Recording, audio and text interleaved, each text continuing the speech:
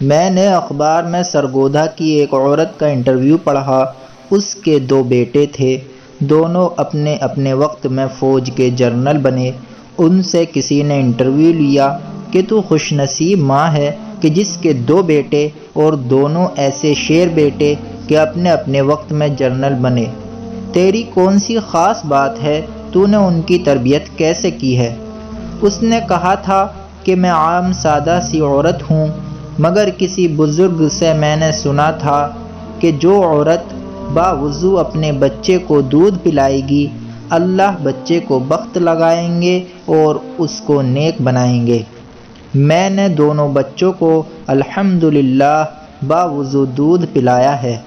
ہو سکتا ہے کہ اللہ تعالیٰ نے میرے اس عمل کے صدقے دنیا میں عزت و وقار عطا فرمایا ہو۔